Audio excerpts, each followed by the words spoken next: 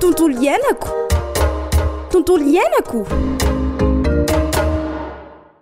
tonga soa indray to anatin'ny fandaharana ny tontolo iainako tompoko lahy sy tompoko vavy fandaharana moa zany irezay iresantsika no manodidina an'izay lafiny tontolo iainana izay Katiara-Driarnirina no manoatra ny fandaharana manampy amin'izay fanentanana izay ary araka tafatafa amintsika tao anatin'ny fandaharana Andriamatoa Ndrantorazaka Manarina miaraba tompoko. Miarabanao dia miarabanao koa DG za moa zany Ndrantorazaka Manarina filohan'ny Alliance Vargasy ary arak'ireo fomba fiasa dia anisany manentana sy mitondra tahirikevitra ihany koa mahakasika ny lohahevitra resahantsika androany. Ny vahintsika androany dia ny tale generalin'ny Jono Andriamatoa Bemanaja Etienne miarabanao tonga soa eto amin'ny sioka tompoko. Ya miaraba Katia miaraba ny président Ndranto dia faly mitafa amintsika eto amin'ny lohahevitra androany sotra ny fanasana. Ety am-piandohana dia manasa ireo mpanaraka zany ireo mpiain'ny fandaharana anaraka izany hatramin'ny farany lohahevitra izay ho resahantsika mitsy androany ity zany dia izay hoe ny tontolo iainana sy ny jono ary ny toe-karena manga izay ny zava-misy tsy azo idivirana fa hoe misy fiantraikany zany aty amin'ny sehatry ny jono izay fandripahana ny tontolo iainana izay ny fantaniana voalohany apetraka ngamba ny mety manahoana ny ataontsika hoe politika na ny paikady izay apetrakinareo eo anivon'ny ministera manoloana izany. Ya manoloana an'izay lohahevitra zay zany dia ny politika zay noenty ministera ho ansehatry ny jono sy ny toe-karena manga dia mazava ho azy miainga amin'ny politika napetraka ny fitondram-panjakana aloha voalohany indrindra ary koa mijery ny zava-misy eo ansehatry ny jono maneran-tany sy ny eto Madagasikara. Ny zavatra hita zany dia efa am'le fomba fiteny teknika hoe surexploiter ny ressources marine halieutiques eto Madagasikara. Zany hoe zany efa hita fa mihena dia mihena andro aman'alina ny vokatra zay azon'ireo mpanjono. Dia zavatra hita maso ary hienana zany zavatra zany. Ka misy ny filazana avy amin'ny FAO miteny hoe ny avenir de la pêche dans le monde c'est l'aquaculture. Zay mahatonga ny ministera zany taty amin'ny resaka fampiamokarana ny atirana ny fiompiana trondro sy nireo arenan'ny ranomasina zay azo ompiana no ny antefa ny politika aloha. Ahoana ahafahantsika mamokatra manampy mampitombo ny vokatra eo amin'ny mpanjono misehatra eo anatin'izay fiompiana sy ny jono sy ny fiompiana anatirano zay. Zay aloha mipiakady voalohany. Ny faharoa dia ny fahitana fa mitotongana zay ny harena amin'ny ankapobeny eo an-dranomasina zay dia ahoana ny fomba fahana miaro sy mitrandraka maharitra reo arena reo. Misehatra maromaro izy misy zany amin'ny mpanjono vaventy dia sy ny mpanjono salantsala sy mpanjono madinika. Zay zavatra zay zany dia narafitra zany ny paikady zay hitako hoe tsy mora nametaka azy satria tiana zany ny trandraka fa tiana koa ny aro azy eo amin'ny ny fitandrahana maharitra. Zay zavatra zay zany no natonga reo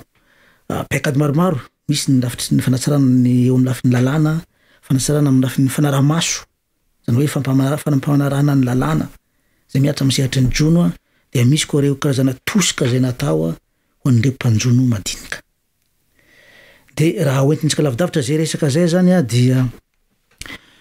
mazava ho azy zany ny fisiny harena an-dranomasina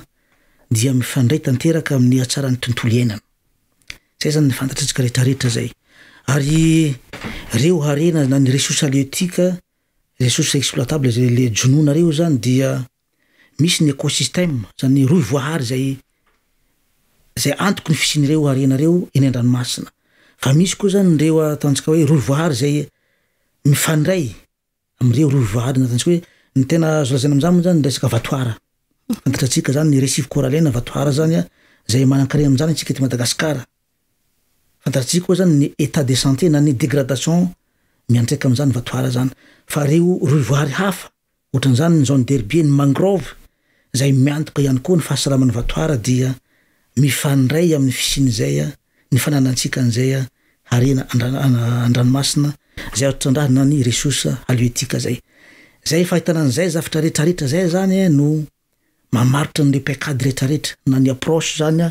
na ny hetsika zay atao voan'ny mpanjono. Ary ny zavatra nampiavaka ny paikady ty dia iarahana miasa amin'ireo ONG sy ny société civile zany hoe zany ny fanapahan-kevitra zay ho ataon'ny ministera dia tsy maintsy mandalo am'izay consultation au niveau ny acteur rehetrarehetra zay de ao anatin'izay zany ny resaka société civile sy nyreo mpanjono madinika sy ny vaventy reo zay zany nahitana hoe mety tsara zay approche zay satria le zavatra horaisina dia fanapahan-kevitra iarahana na amresaka fanomezana licence de pêche zany na ndreo resaka permis de collecte hitantsika reo dia zavatra ifampadinitolo ohatra na mankaiza ty zavatra ty ohatra nohona zavatra misy ohatra aonary ny pekady afahantsika mitantana maharitra reo arenareo fa ny olana ao ambadikin'izay dia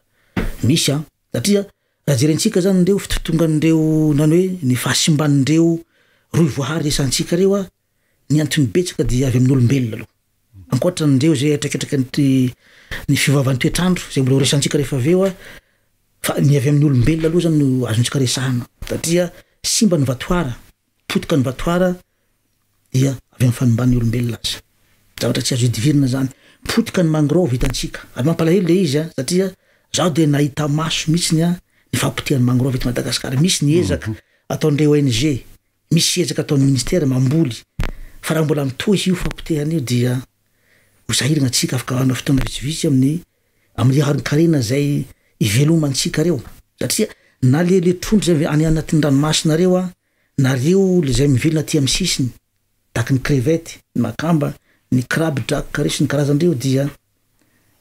amin'ny fampitehana ty tontolo iainana ty no antoko fisin'ireo raha voarontsika reo tontolo iainana reo voarontsika raha tsaka sy andavany dia manaraka ny lalàna koa re mpanjono hoe mampiasa fitaovana ara-dalàna dia mba azontsika rehetrarehetina hoe mba maharitra ny fitrandrana mba misy ny lovain-jafy zany tenenina tsara amin'ny teny hoe lovain-jafy fa raha tsy manotsy mandray andraikitra mihitsy zany ao anatin'ny fitrandrana zay dia honofinofo zany lovain-jafy mahafinaritra ny sofinay aty amin'ny firaisamonim-pirenena le resaka teo hoe fiara-miasa ny gouvernemanta ny sehatra tsy miankina sy ny firaisamonim-pirenena satria anisany nanahirana foana hatramin'izay ty fahaizana fampihany ty zany eto amin'ny firenena de ny zavatra anisany tena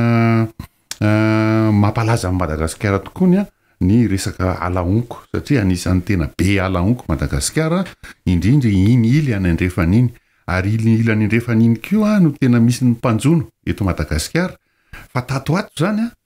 tsy le taloha le fokovezo ny tena malaza hoe mpanjono fa zao lasa fokovezo daholo ny rehetrarehetra feno lasa mpanjono daholo ny olona ary nenay ohatra ny hoe normal rehefa tonga zany hoe le fahantrana tsy maintsy mitodika amin'ny zavaboary manodidina azy foana ny olombelona de lasa mirongatra be zao ny olona tonga amin'ny faritra iny manjono akoatran'izay de araka ny voalazanao teo misy an'ireto secteur privé zay mitsofoka aty amin'ny faritra tokony anjonono le vondron'olona fotony amin'ny ilany andrefan'iny de efa resaka ela be ty resaka hoe tokony hoe tomaily sangamby izay raha tsy diso le toerana tokony anjonono le mpanjono madinika de tsy tokony hiditrany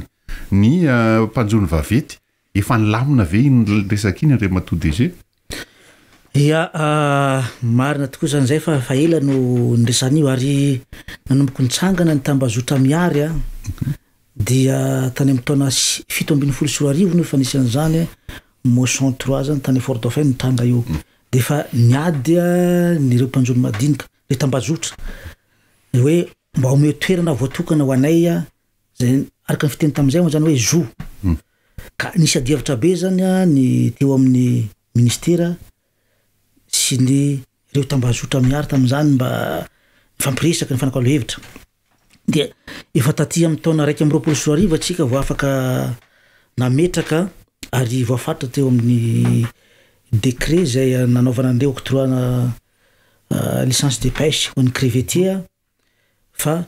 hateo amin'ny 2000 nautique 2000 nautique zany no zone réservée à la petite pêche zay moa zany nitoerana le terme nalaza azy fa tsy le droit satria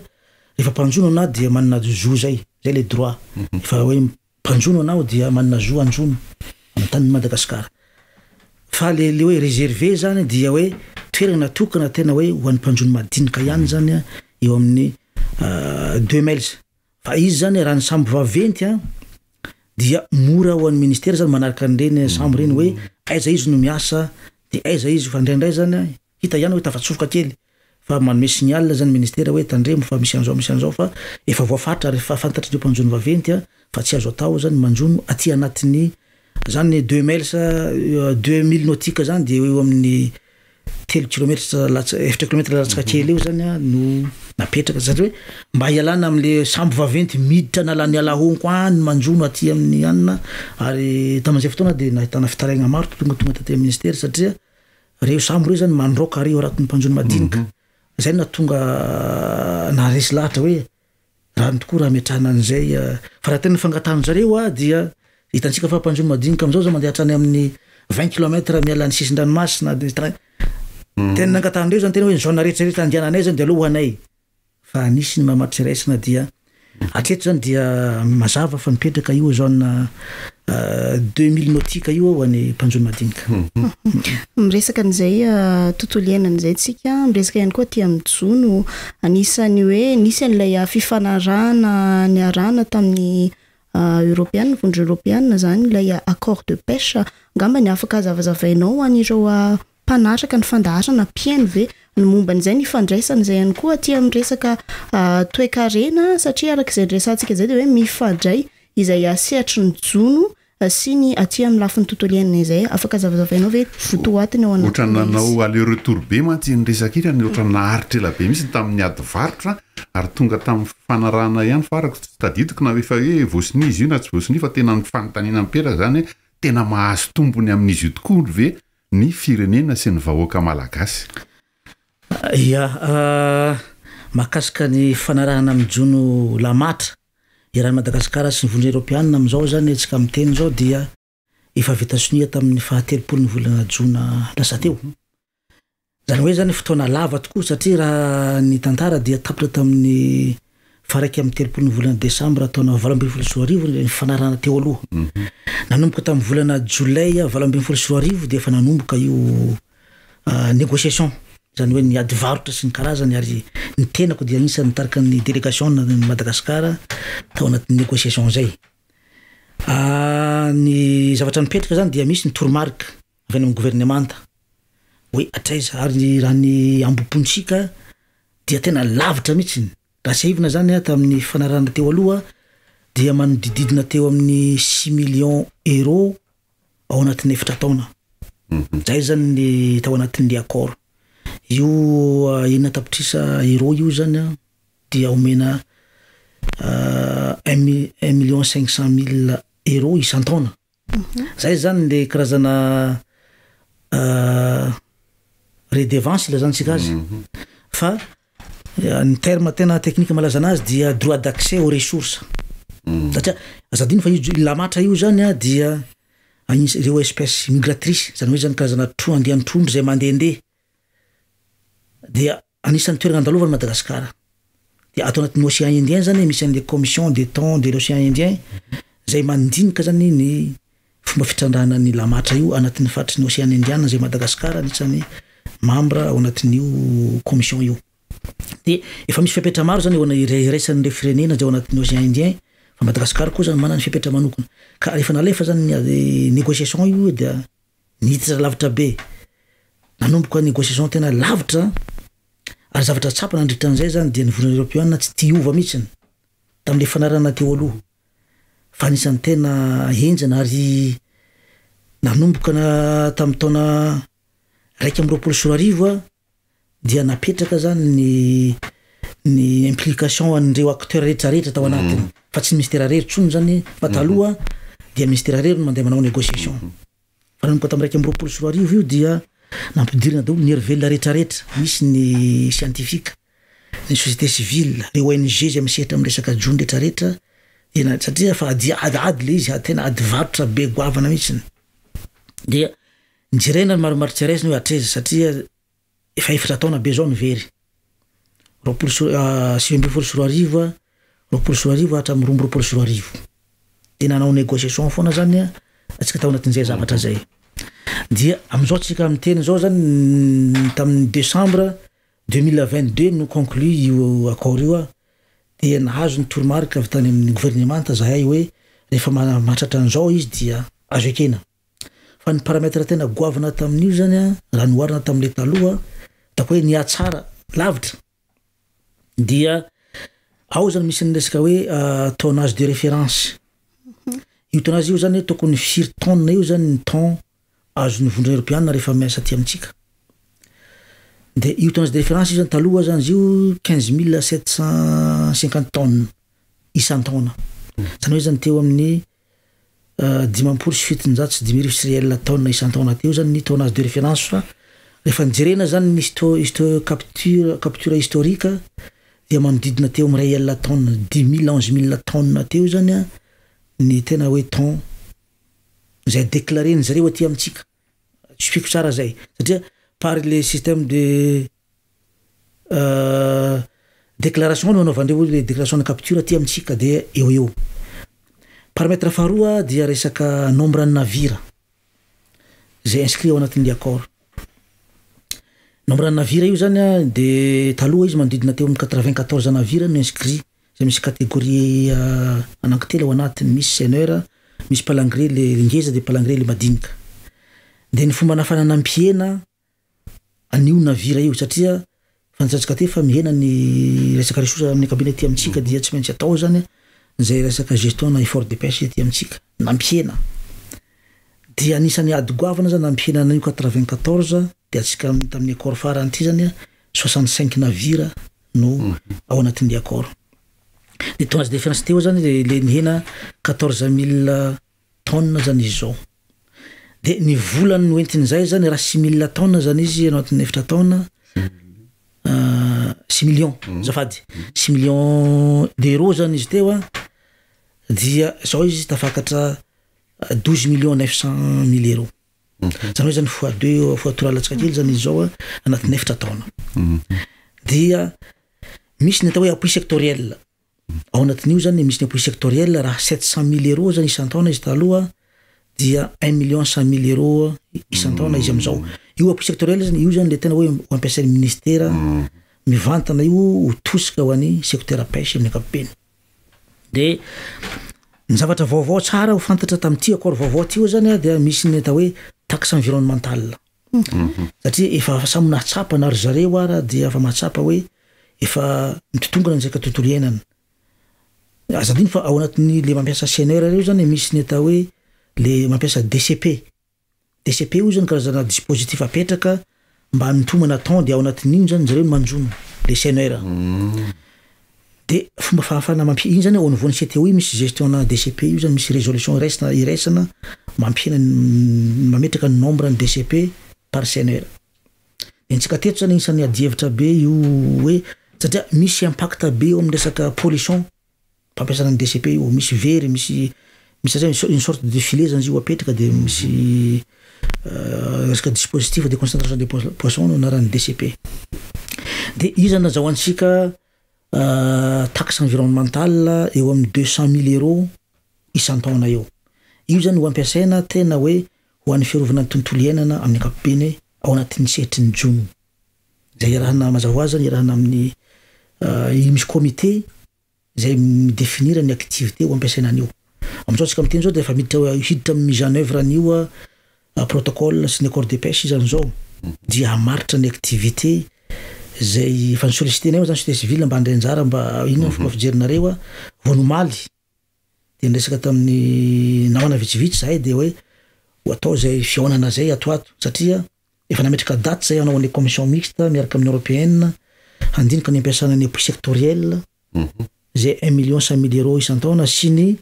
io le vola tokony ho an'ny taxe environnementale 200 000 euros. De ao anatin'ny commission zany misy une partie délégation européenne de une partie Madagascar zay constitué ny reo acteur maromaro reo. Misy koa fifanarahantsika hafa ohatra amin'ny japonais ohatra de zay mahafantatra hoe ny sambo zany ny japonais miakoste any aty zany contrôlena fa namperitreritra analy ny teneninao teo hoe ny Union européenne to déclaration fotsiny natao aiza ny tena lalàna malagasy am'izay satria noditsy de noho tsy fampinentomanana ve mahatonga azy hoe déclaration de tsy atahorana ve ny hoe isy zavatra ho very tokony hiditra amin'ny Madagasikara. Le izy zany zao io moa zany efa raha ny tena hoe ny resaka texte momba ny redevance ntsika dia mizara anankiroa izy. Ny voalohany zany raha hanao débarquement aty amintsika zany le sambo ohatrany ataony reo sambo zay ao anatin'ny interatune zao a zay mentsika lisansy misy sambo anankidimy zao manao débarquement tsy ao PFOI Dego dia hafa ndray devasy natokana ho an'izay de napetraka ny texte décret mitsy mametraka an'izay de ho an'izay tsy manao tsy afaka manao débarquement dia atao fois 3 n'le tokony ho izy zany a ny redevance hoalohany antsika misy antony maro zany satria eo le misy mipetraka le négociation rehefa tsy hanao débarquement zany izy inona ny antony ohatrany hoana ny forme ny contrôle zay zavatra zay zany de efa anatin'ny adievitra daholo fa zavatra misy zany a reo sambo zay manana licence eto amintsika reo zany dia tsy équipéana balise afahan'ny centre de surveillance des pêches manara-maso amin'ny alalan'ny VMS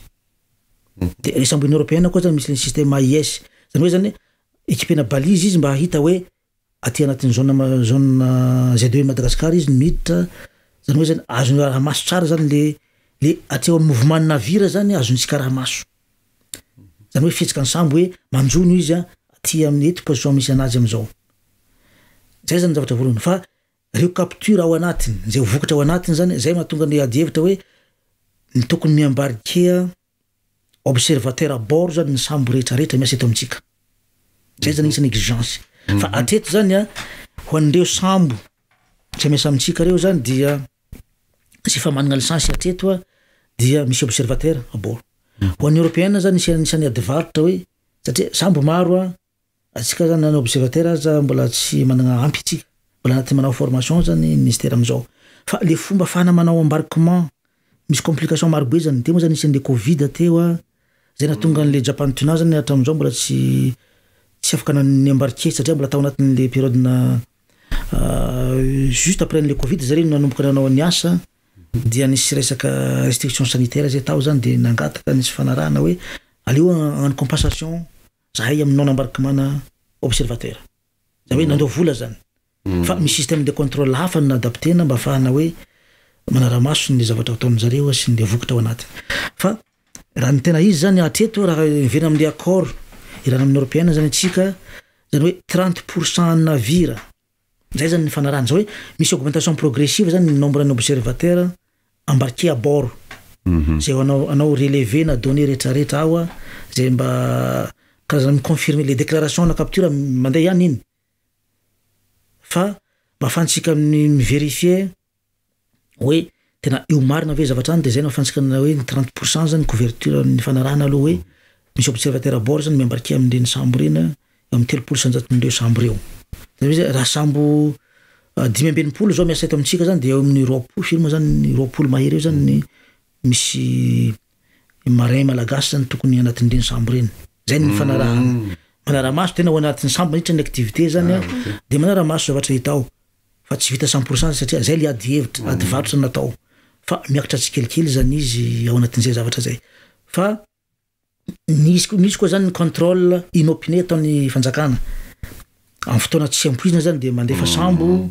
mba mijery ny zavatra misy par rapport amin'le zavatra déclareny a de mba mijery hoe ohatrany ahoana zany zay zany le fomba nafahana hoe mba hoany zany mba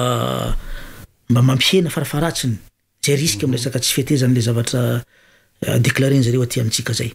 raha noharana tamin'le accord teo aloha zany zay tena ny atsara be satria 100 zany a zay tsy de voazafiry tamin'le sambo zany no manana an'izay observateur à bord de niakatra 300 izy tamity indray mitoraka ty ataoko zava-dehibe zay zany amin'ny fanatsarana resaka fanaraha-maso resaka jono eo ndretsika fanaraha-maso resaka jono fampandehana ny ministère ny jony sy ny toekarena manga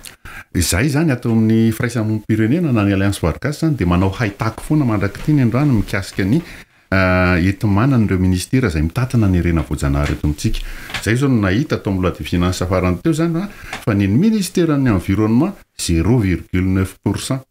ny nareo amin'ny jony sy toekarena 0,6%. ny minina ary zay azo atao hoe tena mapiditra vola be indrindra amin'ny resaka exportation eto amin'ity firenena ity 0,19%. de mahita n'ity resaka jony Madagasikara 5700 km de côte sy ny sisa le sambony centre de surveillance de pêche ary ohatrany to vitsivitsy ihany fa tsy araka tsy mifanahaka amin'izay manosy lehibe any Madagasikara zay manahoana ny hevitao momba ny fampandehanana ao amin'ny ministera misy anareo sy ny haitondra na gouvernance mifanaraka amin'izay. Ya, mahakasika an'izay zany aloha mahakasika ny hoentimanana. Io moa zany mazava ho azy tsy sary tsy ho ampy mihitsy io. Fa ny zavatra an'izay effort nataon'ny ministera zany tao anatin'ny 2 taona tato dia nampitombo nisan'ny sambo aloha. Raha ny sambo 2 zany izy teo aloha, amin'izao tsika miteny zao zany dia efa manakanikany amin'ny 12 zany ny sambo vaovao avy nividintsika. De misy zany tamin'ny alalan'ny ireo mpiara-mombonantoka, tamin'ny alalan'ny projet Soffice 2 zay vatsian'ny Banque mondiale vola, dia nafantsika nividy ireo sambo madinika, zany hoe ireo Argos isan-karazany reo zay afantsika manao surveillance des côtes eto amintsika. Fa ny fiara-miasa amin'ny gouvernement japonais koa zany na nisy dotation na sambo ananky 7 vedette rapide teny anankiroa zany efa tonga Tamatavy amin'izao dia ho azontsika amin'ny 10 taona ty zany zay rehetrarehetra zay. De ny fanamafisana ny fitaovana aloha zany no ezaka be natao. De amin'izao tsika miteny zao zany dia ry fametrahana antenne isaka an'ireo faritra ataontsika hoe stratégique. Ohatran'izany ny ao Mahajanga zany efa misy antenne ny surveillance de pêche ao, ny ao Diego, ny Sibea, ny Morondava, ny ao Fort Dauphin, ny Anatsimo Atsinanana. Zay faritra hitantsika fa tena tokony asiana zany dia fa ho ametrahana atoato efa normal zao ministre na signature décision ndeo inspecteur de pêche ho alefa affectena am'ireo antenne reo. Zany hoe zany efa misy sambo zany efa vonona sy ny fitaovana afahana manara-maso andefa le olombelona amindreo zone reo zany hoe zany manomboka fa miakatra ny couverture antsika afahantsika manara-maso ny eto amin'ny sistany. Fa ny any au large ndray zany satria tsika manana le sambo antsantsa sy telo nify afaka manara-maso any au large dia ny atreto zany dia misy surveillance maritime zay efa natao ihany. Fa le tena goavana dia fiara-miasa coopération régionale au niveau ny COI sy ny aty amin'ny Union africaine zany efa afahantsika manao an'izay. Dia amin'izao tsika miteny zao dia manao patrouille any au large zao ny antsantsa zay nisy fiara au niveau régional zany amin'ny programme régional zay vatsiny Ecofis vola dia ny pays zany samy mahazo daholo le membre. Madagascar zao manana anazy, Comore dia ny Mozambique. Ny Comore zao zany dia nanofa le sambo kelintsika le telo nify dia any aminy zao zany le sambo zao manao surveillance. De ny antsantsa zao dia ny Mozambique zany no karazana nanofa ao anatin'ny fiara-miasa. Fa ny contrepartie zany dia manao surveillance aty amin'ny zone na Madagascar izy dia manao surveillance any aminy. Zay zany anisan'ny avantage be satria raha nisika ny sambo zany tsika dia tsy moramora zany hoenti manana amin'izay. Fa atreto zany hoenti manana zany azo razana hoe ny moyen matériel aloha tsika manana efa manana azo iasana. Fa ny tena goavana dia ahoana ny anetsena an'ireo sambo reo mba hiasa mandavantaona. Zay koa zadino fa tsy moramora. Donc zany zay mahatonga zahay zany miantso foana zany mpiara-mombonantoka zahay. De ny isan'ny efa nanampy antsika zao zany dia ny firenena enti-bahoaka ny Chine na misoloka 10,000 litre izy mba fanamanitsika ny sambo dia mbola fa manomboka miasa zany io solika 10,000 litre io ao anatin'ny mangarara tanteraka lazana zany dia reo solika avy amin'ny sinoa azo anenjena sambo sinora misy sambo tena anenjena sambotsika fa le izy zany zao tena satria mipetraka zay fa nifanina zay fa manina sinoa no manampy antsika alors que izy zany mijetra hiasa ty amintsika mba fahany tena hoe ilaza amintsika fa tena honnête izy araka ny fiteniny hoe io fa raha maso zahay. De raha misy olana amin'ny lafiny soloka nareo dia tsy hisy an'izay tsony fa afaka manara-maso anay nareo zay manao collecte nareo manao an'izao any aminareo ary io tsy voatery resaka jono any resahana io satria za mahatsiaro an'le sambo filahinina le sinoa io iny zany zao nisan'ny etsika goavana be na tsy zantsika le nao bois de rose tsy moa tsy lalina amin'iny fa zavatra hita maso ao le sambo zany dia tafaresika fa tako hoe zavatra goavana zany zao dia efa manomboka hitantsika hoe raha voetsehina dia afantsika manara-maso zavatra misimisy kokoa zany hoe mba afantsika migarantira hoe ary tatoato zany dia mahita atsika fa dia ny mpanjony gasintsika no mankany amin'olona fa nitsika eto zany dia hita hoe mba fa ao anatin'ny lalàna daholo zany efa tsy dia misy loatra zany sambo tsaratra tary efa tsy dia loatra zay satria ny fahaizan'olona hoe efa manana fitaovana Madagascar efa manana ny stratégie ohatran'izao ary ny fiara-miasa zany miaraka amin'ireo acteurs zany mipetraka foana zay satria efa nisy communiqué mihitsy navoakanay hoe reo sambo reo de tsy ho an'ny ministera rery fa ho an'izay manana fomba fana mampiasa anazy anatsena an'le sambo rey de azo ampiasainareo andro amanalina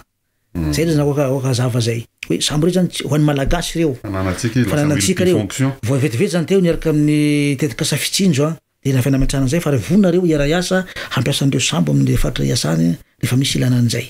ary am'izao tsika miteny zavatra tsara zao tiako fantatratsika fa any amin'ny faritry ny avaritra andrefana amin'ny faritra nosy faly zao amintsika miteny zao dia ny sambo ny CSP zany menandre communauté anaovandre patrouille amintsika miteny zao satria nisy olana resaka jonoalina tao de nefa le mpanjono eo amin'ny toerana zany manao fanaramaso metraka ny gestion fa misy mpanjono vaty zany manafika ao dia sahirana zareo amin'ny resaka fanaramaso ka zay zany nafana nametraka hoe zay anazavana amitsika fa tena miara-miasa amindrehetrarehetra ary nomenany zareo mihitsy le sambo io le sambo ampiasainareo de ampiaseo amin'ny tokony ho izy misy engagement ampanaovana zareo mba tsy ampanaovana zavatra hafa nday le sambo fa anaovandreo patrouille au niveau ny communauté zay le zany amitsika fa tena misy fiara-miasa zay ary misoritra ho an'rehetrarehetra fampiasanandreo fitaovana reo efa misy ny fitaovana misy ihany koa ny fanaraha-maso fa manaona kosa zany ny sazy ho an'ireo zay hoe tratra mandika ny lalàna mety afaka resahanao ihany ve zay zaho aloha zany mahita eo anatin'le lalàna mifenjono code de la pêche de l'aquaculture zany talohany 2018 dia nisy resaka fanagadrana tao fa nanomboka tamin'izay zany dia nasina mandement io texte io zay lasa nisorona tao zany resaka emprisonnement ny analemy zany le lalàna amin'ny tena hoe zay ny lazantsika azy fa ny satria tafiditra zany resaka marobe resaka tao ambadiky n'izay fa ny zavatra misy am'izao zany dia resaka sazy miatra hoe rehefa tratra zany tsy manara-dalàna dia sezina ny fitaovany sy ny vokatra zay hoentiny zay zao lanisany sazy avy aty amin'ny ministera ny jono fa ny ankoatran'izay zany dia ny fitsarana koa afaka mety manao any anazy zay hitako hoe raha mitsika miteny zao zany dia raha za manokana miteny an'izany sany miangazoko eo moi hitako hoe misy mandringana ihany le izy satria aleon'olona zany horesinany rehefa tena tratra tratra rehefa tsy tratra de tafavoaka izy afaka miara-miasa tsika anaovana aitaky mahakasika an'izay de zay zany mety hoe tokony anaovana dinika aloha ohatra ny ahoana tena hoe mba hafay satria raha malemy ale aza za mahita hoe amin'ny toerana zay misy an'le fitantanana ifotony misy any dina ny tena miatra satria any amin'ny dina ndray zany afaka mampiatra sazy izy ny eo an-tanàna eo dinana voadinana tena misy dina tena miatra any zany tena taolo nofa tena lalàna ty hitako hoe malemy zany izy de tokony zay tokony averina fomba hafa hoe tokony zay le izy satria raha sazy malemy zany aleon'olona voasazy rehefa tsy tratra izy de mavoa izy zay tratra izy moa zany de zay zavatra nitranga teo zany amty resaka dingadingana ty zany isany isy eo an'izay satria ao zany misy vola be mihodina ao ary misy tena pêche fanjonona tsy ara-dalàna anoany ka manao pêche licite izy rehefa tsy tratra izy de mivoaka vokatra ary anaty manara-maso an'izay zay am'izao satria miara-miasa amrehetrarehetra ao amin'ny défense na amin'ny resaka société civile zay mijery hoe mba hialana amindreny resaka pêche tsy ara-dalàna ndreny dia tena tsy to complice am'izany misy ministera ary tena tempiatra lalàna mihitsy raha vao tsy manara-dalàna anao dia tokony misy sazy miatra fanaraka am'izay ao ary tsy niresaka jony ihany fa tena hoe io resaka tontoriana manontolo zany tokony iarana mijery zatria mifandray io raha vao simba tontoriana ty an-tanety ngia zadino fa io resaka sahandriaka jiaby tsetrina fasika io ny any amin'ny resaka arinany ranomasina ny afarany io donc zany zavatra mifandray raha vao apetraka ny lalàna de tokony zavatra cohérente resaka lalàna zay mba tena miara mientana fa tsy rehefa malemy miaty ny mafia lasa misisika any amin'le malemy zany le olona no miafiafy eo miresaka fampidiram-bola amin'ny exportation teo amin'ny firenena fantatritsika fa ny arenakibony tany zany no tena mampiditra be indrindra de manaraka ny vanilla avy eo manaraka ny textile miaraka am'le fipetra rehetrarehetra hitatsika eo sy ny mety mbola horaisinareo zany mety azo antenaitsika ve fa mba anisan'ny larana voalohany amin'ny fampidiram-bola eto amin'ny firenena koa ny jono eto Madagasikara satria anisa be da be ny olona miasa amin'io zany tsika malagasy de tokony mba hoe fieritreretana azy zany tokony mba misy ezaka lehibe ho ataotsika rehetrarehetra zany mba isiny zay hoe fidirana hita manana ho an'ny jono indrindraindrindra mety ahafahana ihany koa zany mampitombo ny enti-manana ho an'le ministera zay sahirana satria zay ny lasa saina mihitsy aty amin'ny firaisamonim-pirenena natao fananiana mihitsy ve tia mauvaise gouvernance ny ressources naturelles eto amintsika ity satria raha mijery ety amin'ny forêt zao tsika 200 000 hectares no an'ny cantonnement anankiray raha any minina tsika police de mine tsisy afa-tsy any amin'ny chef-lieu de province de le fanaraha masako kaiky zany tsisy de nijony moa zany zao efa mba manao ezaka ka rehefa tena mipetrapetraka tsara le haitondra mandeha ho azy ny hoe tokony hoe fidiram-bola zany ho an'le fihinanena ahafahana mampitombo ny enti-manana ho an'ny vahoaka malagasy aloha zay mivelona amin'le jony sy ho an'le ministera koa mba hiakatra tsy 0,6% tsony fa mety tafiakatra any amin'ny 5% ny jony ya marina tokoa zany zay fa raha ny ato amin'ny setry ny jony zany a dia ny taremarika eto ampelantanina amin'izao zany tsika zao miresaka zao dia manodidina eo amin'ny 20 000 tonnes isan'ny taona io zany ny vokatra ahondratsika makany velana ny aty amin'ny sehatra an-dranomasina ny ankapobeny zany 20 000 tonnes zany dia mitondra manodidina eo amin'ny 600 milliards eo zany ny valeurany zay vokatra zay tako hoe valeurany le izy satria io zany le orinasa zay mpagnondrana zany mahazo fa misy ambadikin'izay zany de mampidibola vahiny izy eto amintsika zany raha tena hoe potentialité Madagasikara dia mbola ambany zay satria atsika zany manodidina eo amin'ny 50 000 tonnes eo zany ny temps fotsiny zay resako zay ny potentialité antsika amin'ny resaka temps atsika mitrandraka 10 000 tonnes zany hoe zany raha tena voatrandraka zany le tena arena araka ny tokony izy amintsika tena mbola atako hoe ambany zany 20 000 tonnes de produits exportés zany zany hoe zany ny défi zany dia ahoana ahafahantsika mampitombo ny vokatra aloha ny atao anatiny satria azadiny fa ntsika natsika atao anatiny aza dia mbola tako hoe mbola tsy zarizary ny finanantsika azo andrano zay mahatonga zay miasa mafy be aty amin'ny famokarana aty amin'ny fiompiana anaty rano satria io zany isany tena mampiakatra aingana ny production eto Madagasikara fa io koa zany tsika mijery ny kalitao fa io zany misy fiapetra maro zany ahafahantsika mampiakatra an'io na io resaka usine de transformation ao Diego PFO io mbola tokana ihany io eto Madagasikara zay tokony ho maro be eto amintsika zany hoe mbola sehatra maro ny azontsika tsaraina ahafahantsika manatsara ny fiodinan'izay fanasarany sehatra ny jony zay na miresaka fanondranana makany velany na ny jony eto anatiny zany hoe ny fiodinan'ny vokatra ny marché intérieur eto Madagasikara raha am'izay resaka hoe jono atao anatiny zay tsika moa teo tena hoe mivalapatra amin'le hoe amin'ny aty amin'ny ranomasina zany fa aty amin'ny jono anatiny ihany koa dia anisany hoe misedra olana vokatra zay le hoe fiovan'ny toetra ny andro zay ny raha nahita teo aloha tamin'ny fotoana ny rivodoza ny fahabetsahan'ny orana betsaka ny fiatraikan'izay taty amin'ny resaka jono eo ihany koa ny resaka hoe ahitany sy ny sisa de efa misy fiatraikany ihany koa izy aty amin'ny tisiam-piariana ity manao ahoana indray ny mahakasika an'izay ya marina tokoa zay fa aty amin'ny jono an-tanety zany dia zay tatoato vao tena nanomboka andehany amin'ny fampirobobona an'io zany ny ministera dia misedra olana zavatra hita zany zany miresaka fivavavan'ny toetrandro zany dia rehefa tonga ny orana dia tonga maro inondation zay rehefa tena mena dia tena mena fa zavatra mahagaga za moa zany efa amin'ny faritra Sofia igny dia tena hoe toerana zay misy ny farihy betsaka matsabory zany any aminay zany fa zavatra hitako tam'izao ia une semaine zany andalo tany fa le matsabory zay tsy ritra taloha reny dia mena daholo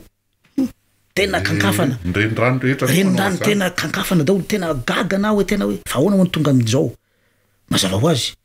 toerana nisy atiala teo takety dia tena hoe totitra ny fasika daholo dia tena mena ary tena zay nisan'ny olana goavana eto amintsika zany raha tsy mitandrina tsika zany dia tena ho sahirana amin'ny resaka rano zay mahatonga hoe sady magnenty moa zany eto fa tena mila tonga saina tsika amin'ny resaka fitehirizana rano eto Madagasikara na renirano io na farihy fa ny farany teo zany zao resaka tondra-drano zay ny resako satria rempanjono ndeo mpiombon-trondro tsika zany maro ny tena tratra de mifaritra Moramanga zao tena velo taraina iny Brickaville iny zao nisany magnampiombon-trondro maro tsika fa rehefa tonga ny tondra-drano dia satria tsy ampoizina le izy ohatrany mahazatra mena de azirena fa rehefa tonga zany de vaky daholo ny dobo rehetrarehetra very daholo ny renitrondro sy ny zanatrondro de sahirana zany ndeo mpiombon-trondro reo koa zay fahaizantsika miaina zany hoe zany miratsy am'le fiteny fa misadapta zay koa le terme mahazatra tsika fahaizantsika misadapta amin'io zany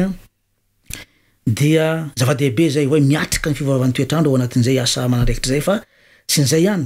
fa tsy ndriko tsara zany resaka fiarovantsika reo rano ny loha rano sy ny reo farihy reo ary tena nametrika mihitsy zay hoe tokony atao tous les moyens mihitsy raha fa misy farizana kaiky ny tanàgnanao dia tokony misengage mihitsy ianao am'le toeragna aloha hiaro an'io rano io tsy ho ritra le fandotona tena mampalay za tena nalahelo mihitsy mahita hoe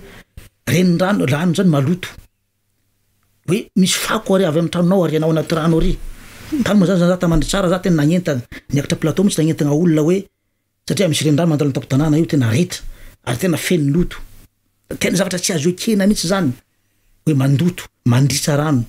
manapatapoka reny zozoro anatin'ny rano barata anatin'ny rano reny zavatra tena fady tokony arovana ary tena magnentana n'olom-pirenena mihitsy ny nijery hoe ahoana fomba fantsika miaro ny rano eto Madagasikara fa raha tsy mitandrina atsika ny rano tena saropidy hosahirina atsika afaka fotoana fohy raha tsy mitandrina am'izay le fanentanana angamba zay ny tena tsara irahantsika rehetra miaraka araka le resakintsika teo hoe gouvernement secteur privé société civile zany satria le izy nefa le olona zany a tsy hitan'le fitraikany vantana am'le izy am'le ny mpandroma tsika zao tratrany délestage foana isan'andro raha Madagasikara kanefa inona mahatonga ny délestage anankiray tsy ampitsony ny angovo entina ary maninona tsy ampy le angovo tsy ampy le rano manosika an'le barazy satria ritra tanteraka ny ala de tena normal mihitsy le resaka teo le hoe rehefa tsisy miarotsony le tezatendrombohatra zany tonga de migorodana ny rano de tondra-drano ary tsy mahatazona rano anaty tendrombohatra ro izy de maina indray rehefa afaka kelikely zany hoe misesisesy foana zany ny tondra-drano sy ny ahitany eto Madagasikara manomboka zao de isorana manokana moa zany ny ministeran'ny tontolo iainana tsy nizao ihany fa nefa natram'izay amin'ny fitondrana ny sesisesy tamin'ny fanentanana ny olona am'resaka hoe fambolekazo eto Madagasikara ary tokony ho toizana fa tsy fambolekazo any fa tony hoe fiarovana ala tony tokony apetraka mafy be mihitsy zany mba tsy isiny zay zava-toy zay ho atsika malagasy de le izy zany fahitako anazy koa zany azadino fa rehefa miresaka am'le olona reny zany ianao de miteny le olona hoe zay ny mijaly zany hoe zany ny alternative an'izay koa zany tokony miara-mientana sady mitana le olona mamboly azo sy ny miaro ny ala zay efa misy eo fa inona koa zany le velony tegna hafa tsy irona mankany amala le olona fa ka zay le misy fifandraisana hoe ny rano sy ny trondro ary za tena mahita olona tsotra maromaro mihitsy fa zany hoe le tantara tsara moa zany sahirantsika manaparika azy kanefa tena misy olona tena lasa millionnaire mihitsy am'resaka fiompiana trondro rehefa nanao déclaration am'izay monsieur le ministre am'fanoarana raha mamboly vary sa miompy trondro de tena hita misy tombony be am'y resaka asa mavelona asa mora atao izy tsy hoe mora fa cycle moa zany de ahitambokatra tsara rehefa maro olona fa tena amoaka statistika zay tsy hoe la makasika ny fiompiana trondro eto Madagasikara amin'ny faravaran-taona aty fa hitantsika zany nanomboka an'izay nanaovana ezaka zay formation sy ny dotation sy retraretra zay efa tena niakatra be zany ny resaka activité-na pisciculture eto Madagasikara ka iny ararotika any koa am'le izy am'le tsika zany le anisan'le hoe firenena tena marefo anisan'ny marefo indrindra am'resaka fiovan'ny toetrandro eto ambonin'ny tany tsy tadidiko izy eo milaharany fahadimy sa fahaenina ny Madagasikara de misy foana le fivorian-dehibe iraisam-pireneny reny de efa misy le fanarahana hoe tokony hoe 100 milliards de dollars zaraina am'le firenena zay voadona mafy zany omen'le firenena zay nanimba ny toetrandro teto amitsika ny zareo any andrefa na moa zany de Madagasikara zany manana ohatrany hoe zo ahazo an'izany 100 millions de dollars isataony zany de io le anterina foana hoe ekena le izy fa zo fa tsy zo hoe tokony tonga de azo am'izao fa tokony mba misy hetsika ataotsika malagasy miaraka mihitsy zany amin'ny fipetra fiarovana ny tontolo iainana eto Madagasikara ty fambolekazo efa eo sy ny fikarakarana ny fambolekazo koa fa zay isaky adino ndraindray isaky mandeha mamboly zao de mahita daholo amin'ny volana septambra sy oktobra ary efa manomboka manao ny ministera am'izao fotoana zao taty amin'ny volana le de efa ary efa misy koa zany le ohatrany hoe komity hitambarana mikasika ny ady amin'ny afo koa efa misy zany am'izao fotoana zao fa le ezaka tokony tongatra any am'le resaka lalàna teo satria ny fampiarana ny lalàna tompoka no asakana ny ty fanimbana satria ino le averina foana hoe ohatrany lasa grande braderie de ressources naturelles misy eto Madagasikara manao an'ity raha tsy mety momba ny tontolo iainan'ity daholo ny mpanao politika na ny eo na ny ary amin'ny mpanohatra de lasa hifanarahana le izy hoe ohatrany mandeha ho azy le tsy fisiany le discipline eto amintsika zany amin'ny resaka tontolo iainana Inasy mamarina ny fandaharany sika ankasitrahana ianareo izay nidinidinika zany tatanatiny ity fandaharana ity isorina ianao Andriamatoa Tale Jeneraly eo anivon'ny ministeran'ny Zono izay ndresatresaka andrimatoa be manaja Etienne ny afatra ngambany avy aminao an'ireo ampanatraka ny fandaharana. Ya, misaotra nanasanay tao anatin'ity fandaharana ty ny afatra misaotra ny président Indrando koa niara-ndresaka teto ny afatra ngambany dia hitantsika ny zavatra iainan'ny zanak'olombelogno am'izao indrindra isika eto Madagasikara mahakasika an'ity fahasimbany tontolo iainana ty. Zay tako hoe andraikitry ny rehetrarehetra io, tsy ny ministera zay voakasika ihany fa ny olom-pirenena rehetrarehetra zany tokony samby mahatsapa fa tompona andraikitra atsika amin'ny tontolo iainantsika eto Madagasikara. Tokony samby andray andraikitra manomboka amin'ny fagnentanana, manomboka ny fiarovana rehetrarehetra. Ny ato amin'ny secteur pêche dia voakasika tanteraka ny fahasimbany tontolo iainana. Zay mahatonga ny ministera zany dia mametraka repecade rehetrarehetra afahana miaro sy mitantana maharitra reo arena voajanahary an-dranomasina reo ka manentana ny olom-pirenena rehetra mba samby tonga saina fa raha tsy mitandrina atsika raha mitohy ny zava-misy am'izao dia hosahirana atsika afaka fotoana fohy ho an'izany fa fotoanan'izao mbola ahafahantsika miarina sy miaro ary manohy ireo ezaka rehefa vita rehetrarehetra ao anatin'ny fiarovana tontolo iainana zay. Sotra indrindra tompoko. Dia saona ihany koa Andriamatoa Ndranto Razaka Manarina, ianao koa mety manana afatra ho an'ireo mpanaraka ny fandaharana amin'io aloha hevitra izay ndresantsika androany. Ny afatra ngamba dia ny andraikitritsika firaisamonim-pirenena. Ny tena firaisamonim-pirenena zany dia araka le fomba fanao fantatrareo ngamba zany zay dia mahasamby tsikera zavatra tsy miady fa miaraka amina tahirikevitra mitombona foana. Fa zay koa dia masaky makasitraka rehefa misy zavatra tsara ataon'ny olona eo fitondrana zany fa miaraka amina tahirikevitra mitombona foana. Fa le resaka fifampienona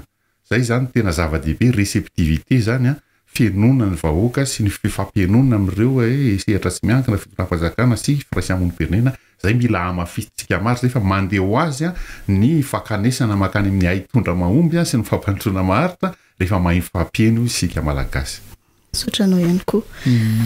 Iantsika mamarina ny fandaharana izay tompoko lasy tompoko vavy ankasitrany ianao izay nanaraka izany hatramin'ny farany mametraka ny mandrapitafa indray ary tompoko. Tontolo iainako.